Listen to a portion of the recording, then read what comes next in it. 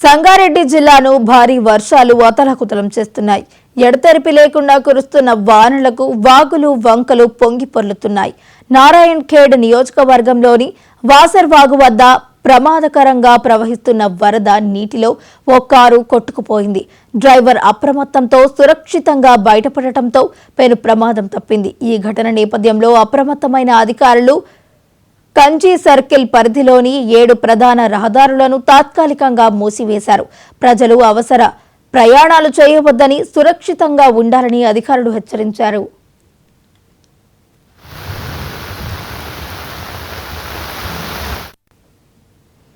భారీ వర్షాల కారణంగా సంగారెడ్డి జిల్లాలో జనజీవనం స్తంభించింది. వాగులు ఉప్పొంగి రహదారులపై ప్రవహిస్తుండటంతో అధికార యంత్రాంగం ముందస్తు చర్యలు చేపట్టింది. కంచి పోలీస్ సర్కిల్ పరిధిలో కల్హేర్, పిట్లం, వాసర్ కంగ్లీ సహా 7 కీలక మార్గాలను మూసివేస్తున్నట్లు అధికారులు ప్రకటించారు.